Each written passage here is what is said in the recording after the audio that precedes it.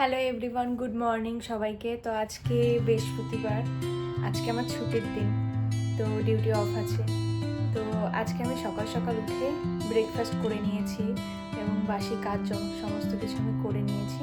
এখন যাব আমি রান্না করতে। তো আজকে কিন্তু আমি রান্না করব চিকেন। দেন আমি এখানে তো চিকেন সেরকম ফ্রেশ পাওয়া যায় না, তো আমি কাল রাতেই নিয়ে এসেছিলাম লেগ পিস। তো সেগুলো নিজের হাতেই কাটতে হলো, কিছু করার নেই, এখন কাটতেই হবে। তো কেটে সব রেডি করে নিয়েছি।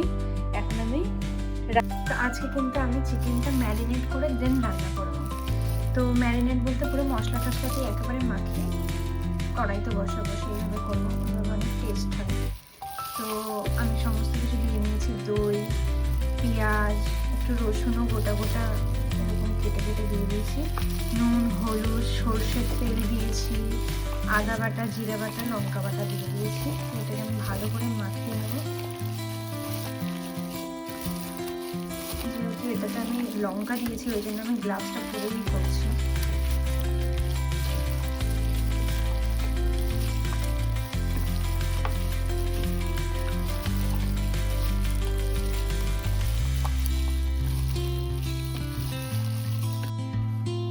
তো এখন আমি আলুটা ভেজে নেব। তেলটা দিয়ে দিই।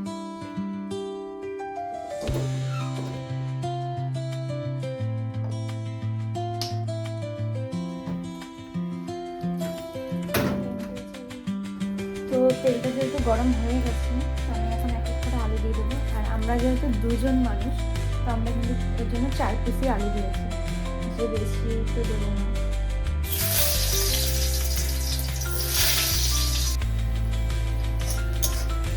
তো পেঁয়াজ ভাজাটা আমাদের হয়ে গেছে প্রায়। এর মধ্যে আমাদের দিব টমেটো।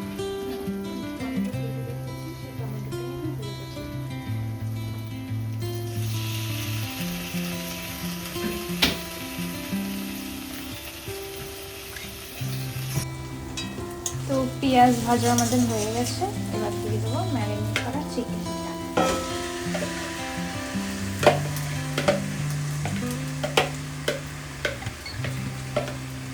হয়েই গেছে, এখনো কষানোই চলছে, যেহেতু অনেকটা জল বেরিয়ে যায় চিকেনটার থেকে।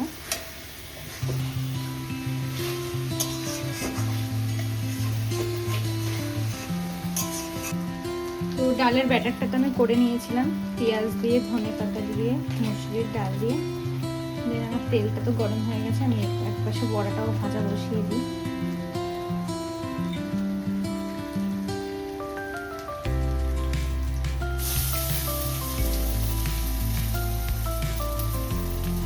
মাংস অলরেডি অলমোস্ট, তো রান্নাটা আমার হয়ে গেছে। এখন আমি ভাত বেড়েও নিয়েছি, ভাত, মাংস, ডালের বড়া, সাথে সরষে কেটে নিয়েছি, স্যালাড, জল, টক দই।